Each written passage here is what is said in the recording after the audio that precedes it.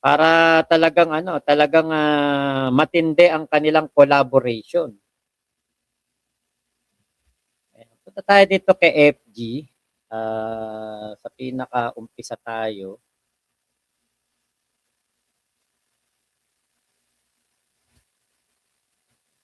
Ayan, eto.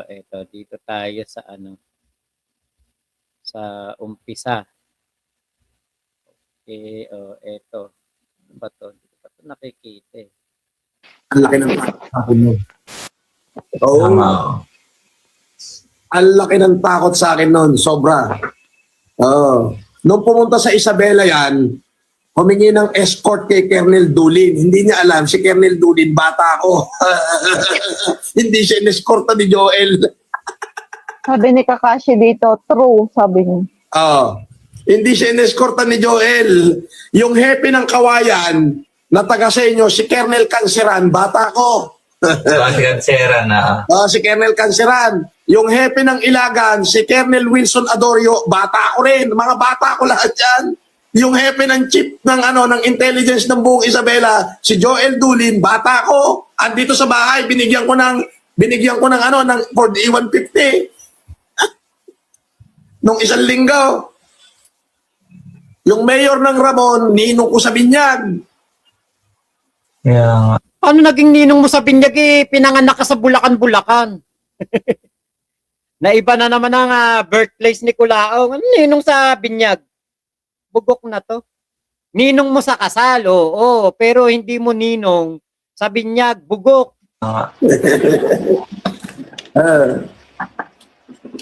Kita niyo yung mga kausap ni Culaong para di naman naniniwala sa kanya. Saka dyan sa TikTok, kaya hindi po ako wala akong ka-interest sa TikTok. Alam niyo po ba kung bakit? Kasi gamitan dyan eh. Ginagamit lang din si Culaong dyan. Ginagamit lang si Culaong dyan ng kanyang mga nakakasama sa live. Pero yung sasabihin na susuportahan talaga siya, hanggang dulo, malabo. O may nanghihingi na naman ng Ang laki ng takot sa akin nun. Oo. Hindi naman siya kilala niya mga yan eh. I can pull the string.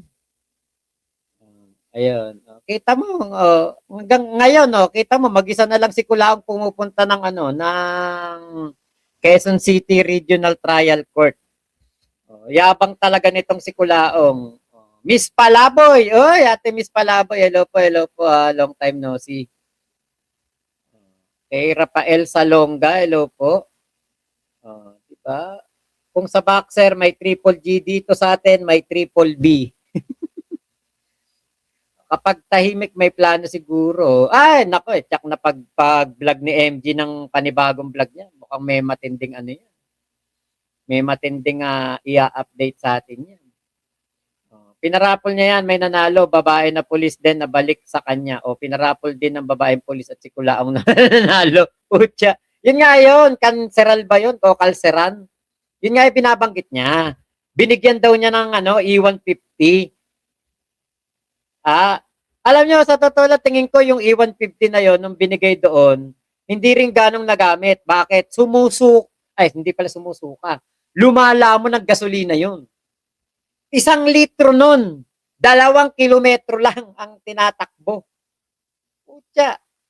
Ako nga, ito sa sasakyan ko 10, 11, 12 naglalaro yung yung kain niya ng gasolina. 1 litro.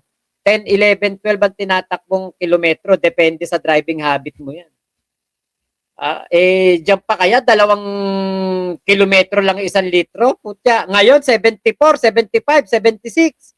Ang gasolina. Nakita ko pala sea oil. Yan. May nakita akong post sea oil. Mura. Mura pa yung sea oil. Mga Caltex, Petron, Shell. Yung meron ako nakita, ano pa ba yung iba? Phoenix, yan, nakakalula ang gasolina po. Yan talaga ang epekto ng kaguluhan sa Middle East. Okay, Princess Bolanos, hello po. Kenkel, di bumaba si Casper ng sasakyan kasi target lock siya kay Sir Kalinisan. Tommy Fishing, hello Mac, ikaw talaga nagpapawala ng stress ko basta may kulaong time. Thank you ha, thank you. Kuya Tommy Fishing, Ephraim Arseno, ayun first comment. First siyang mag-comment, pa-shout out. Thank you, shout out din po. Ephraim Arseno. White Trend, ayan. Okay, Princess Bolanos, first din mag-comment daw. Oh, si Ate Prinsesang Palaboy. Salamat po sa pakulay para kay baby. Lungkot ng live kapag di ako nakakapanood ng live. Ano ba ate? Ano na ba? Okay na ba schedule? Nabalik na ba sa dati? Accent ko 1 liter 10 kilometer pero dito city driving baka 5 kilometer lang dahil sa traffic. Yun nga Kuya Henry. Accent yan, matipid pa sa gasolina yan kung tutuusin. Yung kay Kulaong E150 2 kilometro. 1 litro. Nahihilaturan ka kakagasolina doon. Kakagasolina mo pa lang, magpupuno ka na naman. Thank you. Ayan, Ate Prinsesang Palaboy. James Can, ayan, thank you po, thank you. Busy month ngayon. Sige po. Kaya ito, makikita ninyo dito ang ating bida-bida. Balian to ka habang umaakyat ng Quezon City Hall, papunta sa RTC. Ewan ko kung City Hall pala to, hindi ko alam. Quezon City Regional Trial Court at hindi siya sinamahan ng kanyang mga bodyguard. Bakit? Dako, delikado. Yung kanyang mga bodyguard ay pwedeng maipakulong talaga ni Chief Kalinisan. At eto lang alam niyo sa totoo lang putya. 'Di ba kumakayabang si Kulaong ng kanyang yaman? Kung makayabang ng mga nakaraang panahon ng kanyang mga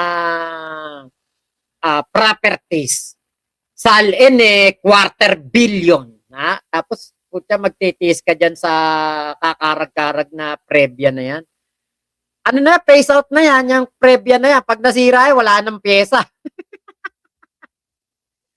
Gagawa na lang ng paraan ng mekaniko yan. Yung mga mekaniko galing ng abroad yun. Alam nila kung ano yung pwedeng spare parts na swak din dyan. O kaya, kung kasi ang ilang gawa ng Toyota, Daihatsu. Ayan, kung merong sasaktong Daihatsu na pyesa dyan, yun. Pwede nilang gamitin dyan yun. Kaya ito, si Kulaong, kung makikita nyo dito, di ba? Parang, hilahod hilahod na hilahod. Ngayon, sabi daw nitong Mitch Garcia, Micaela Mitch, ito mga ebidensyang pinasa ni Norman sa ombudsman. Eto daw po. Ewan ko, pwede ba to sa ombudsman itong mga ganito?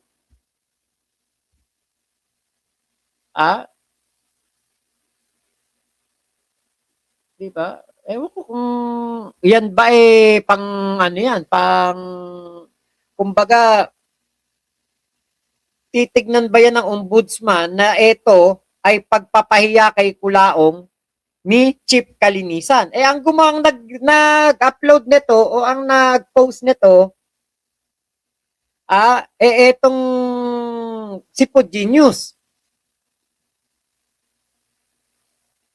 Diba? Kay Pugenius to Post ni Pugenius to mga to Paano naging ebidensya laban sa kay Chief Kalinisan sa ombudsman? Kaya mapapaisip ka dito, paano to magiging magiging ebidensya laban kay Kalinisan? Si Pugenius ang nagpo-post niya. Baka mamaya FG, MG at ano ba yun? Yung sinasabi ni Kula, FG, MG, Kalinisan group na yan. Ay, Mighty Kid, hello po. Okay, Ate Glenn, wala na po siya mga alalay, wala na po.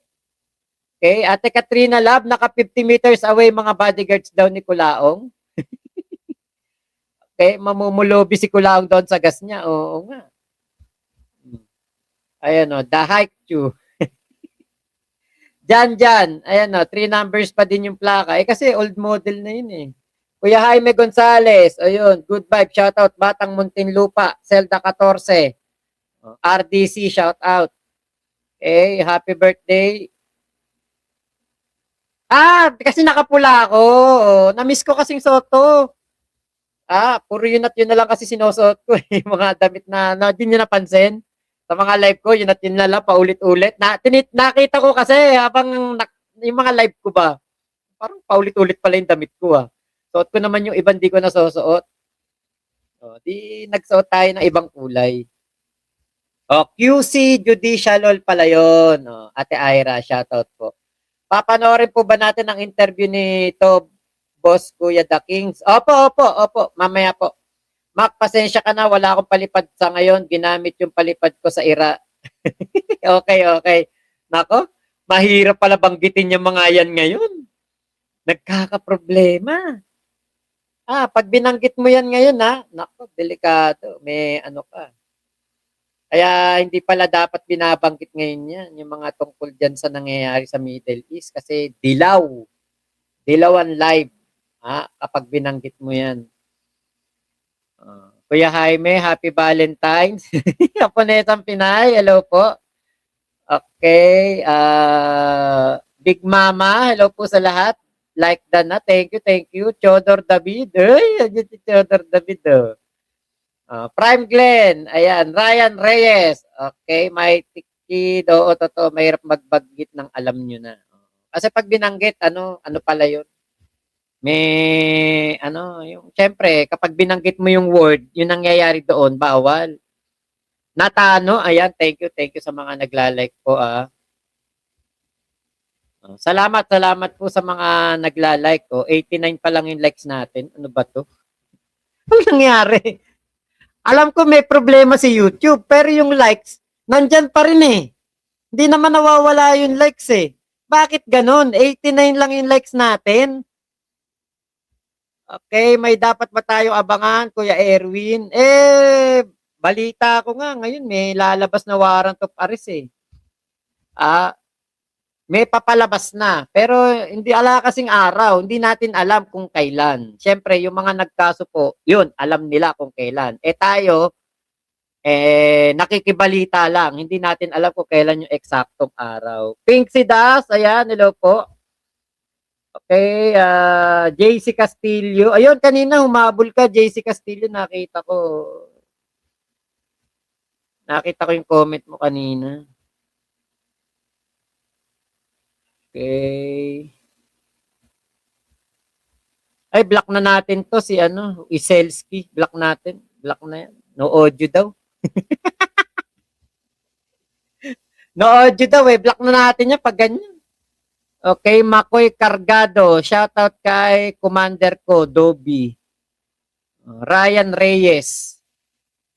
Parang PBA player to, Ryan Reyes. Kulaong ka, di ba? Boss, pakisabi kay Kulaong ang pangit niya. Uy, ganun. Dedemanda daw niya yung mga magsasalita sa kanya ng pangit.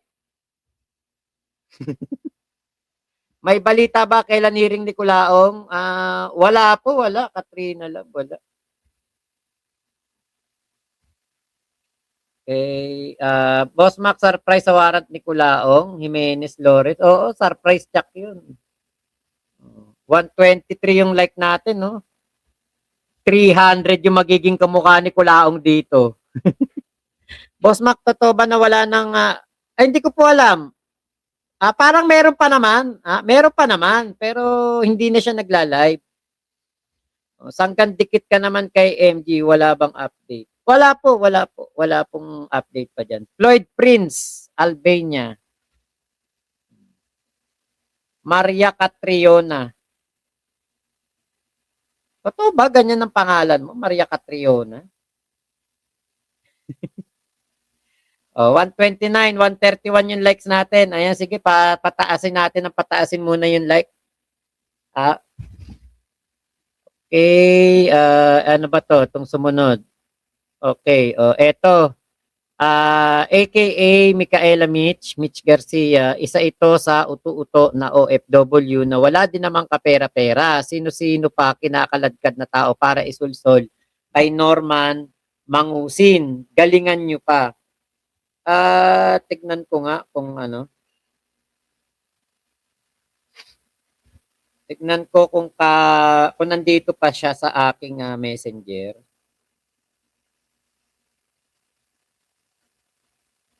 Oo, nandito pa. Oh. Nandito pa, dati ko siya nakaka-chat. Nalulungkot nga po ako nung nalaman ko na yan po pala ay pro-kulaong pa din ngayon. Nakakalungkot lang talaga na ganun po ang nangyari. Siyempre, hindi natin inaasahan na ano na ganyan pala ang mangyayari, no? Na hanggang sa sukdulan, kasama pa rin siya ni Kulaong.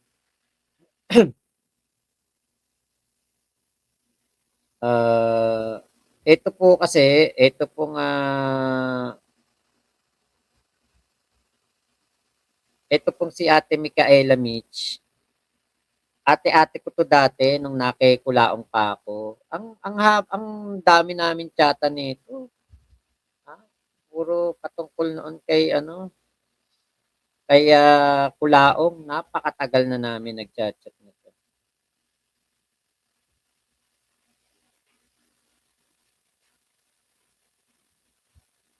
Okay.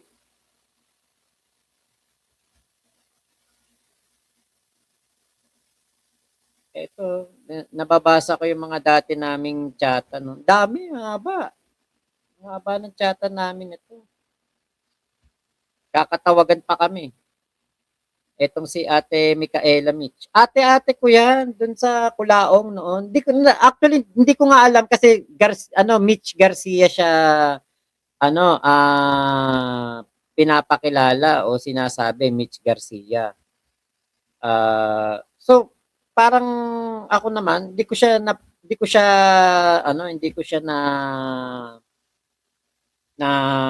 iisip na siya 'yon. Kasi ito maano talaga 'to mabait sa akin 'to si Ate Micaela Mitch. Nung malaman ko na yung Mitch Garcia at si Micaela Mitch ay iisa, nakakalungkot lang isipin na na siya ay patuloy pa rin sa yan sa pagsuporta kay Kulaong. Eto nga, andito pa yung post namin dati, oh. Yung post namin dati. Yung kumalat na post dati na si Kulaong umiiyak sa loob ng kulungan. Eto, oh. Yan, post dati yan. Na-post dati si Kulaong na kumalat na siya umiiyak sa loob ng kulungan. Tapos nahihirapan na kasi si Kulaong. Kaya po inano yan, yung parang naano siya na issue noon. Ito binabasa ko yung mga chata namin. Ang haba ng chata namin, no? July 29, 2020. Ano ba yung sinasabi ko dito? Pakinggan nga natin. Okay. Nagsimulan niya tungkol natin sa attorney. Kasi si attorney Johnny ay galing kay Yama at si attorney Carmencita Chua ay galing kay Mary Ann Victory. Diba? Mga nagchat-chatan kami patungkol sa namin, mga patungkol, kasi dati nga syempre puro Kulaong ako, kinakalaban pa namin noon si Yulin, ayan, kalaban namin si Yulin noon, kasi sila mga naglalabas ng mga ni Kulaong sa pagkakakulong ni Kulaong. Nakakalungkot din na talaga, ganun na nangyari.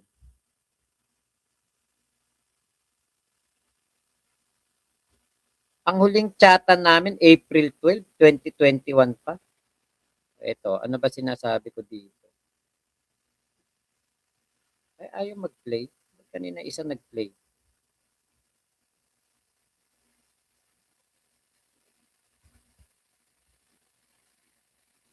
Ayaw mag-play.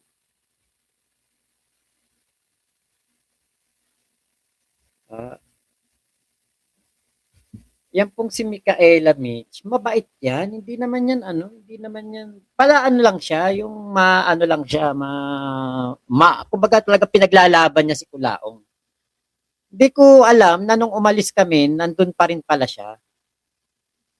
Eto, sabi nga dito sa kay Food Genius na post, si Yuse Caboy Paraiso, kasama po yan sa UTW before, kaibigan ni Yulen at Mike Cervera. Nagla-live pa dati mga yan, basher ni Sir FLM noon pa. Andito pala si si Tess, Canada, FLM. Ito yung Tess Fernandez Nadlang. Sabi pa dito, oo, basher yan. Aboy na yan. Bayaran daw yan. Putya, nasa CICC na yan eh. Tauhan ng gobyerno yan. Paano magiging bayar? Abogado noon yun. Noon pa abogado yan. Sabi pa dito, baka may bayad. So, connect the dot na lang po. Kasama din nila yung Eric Taba at now si MG. Kaya nagawa nilang lahat yun kay Sir FLM kasi malakas yung puwersa nila. Kaya dapat po talaga, sana lang makasuhan sila sa ginawa nila kay Sir FLM kasi sobrang pinahiya siya sa buong mundo. Yan po hindi natin alam, sir, kasi napanood naman po nating lahat kung ano po yung ginawa nila sa kanya doon sa press conference. Kitang-kita naman po natin na may pinaburan sila doon na maling-mali po sa batas natin. Ano maling-mali? Alang mali doon yan. Parang nabubulagan kasi itong si Micaela Mitch. Parang bulag na bulag pa rin pala to. Nabubulagan si Micaela Mitch sa pagsuporta kay Kulaong. Kasi nga, katulad niyan, bakit ba pinakilala si Kulaong o bakit iniharap sa media si Kulaong? Para malaman ng mga OFW na si Kulaong ay nambubudol. For awareness, para hindi na masunda ng mga biktima pa, hindi na magkaroon pa ng mga magrereklamo. Eto ako sa akin, kung sa pera, tingin ko hindi mabubudol si Ate Micaela Mitch. Mukhang hindi siya mabubudol sa pera. Pero sa suporta, budol na budol siya ni Kulaong. Kasi nga paniwala pa rin pala siya kay Kulaong. Hindi niya na to dapat paniwalaan kasi ako, 'di ba? Umalis na nga kami. Ate-ate ko yan. Hindi ko nga yan binlock kasi isa yan sa mga kinikilala kong ate hanggang sa nakalimutan ko na. Ang huling chatan namin April 21 ba?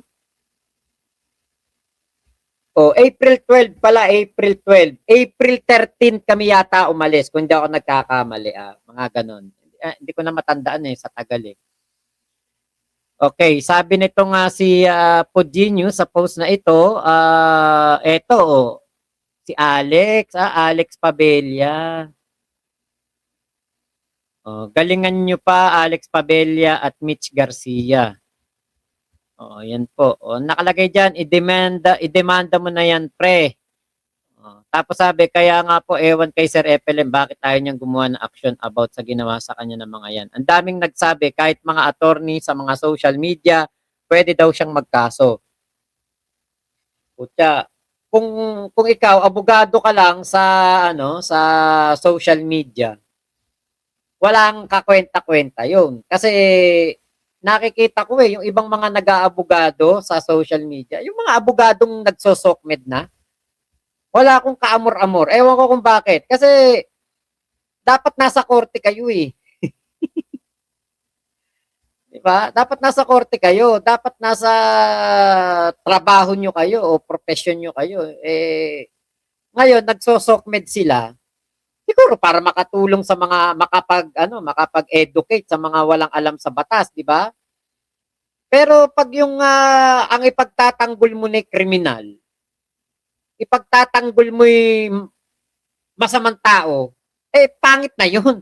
Sumosobra ka na nun. Kasi meron ng mga, meron po talagang mga abogado na nagtatanggol kay Kulaong. Yung isa nga, pro-BBM pa yun nakapalo ako dun nakita ko pinagtatanggol si Kulaong. Kumbaga, parang hindi naman niya pinagtatanggol, parang pinapaliwanag niya na mali yung ginawa daw ng Napolcom. Paano mo naman nasabing mali? Mali daw yung ginawa na CIDG. Paano mo nasabing mali? Kung mali kung mali yung ginawa ni Chief Kalinisan ng Napolcom at CIDG, ibig sabihin, mali na rin pala ginagawa ni Yorme. So maraming salamat po Ingat po kayo. Nasaan mang panig kayo ng mundo. Momo, chup chup, love you. God bless us all. Pilipinas, God first.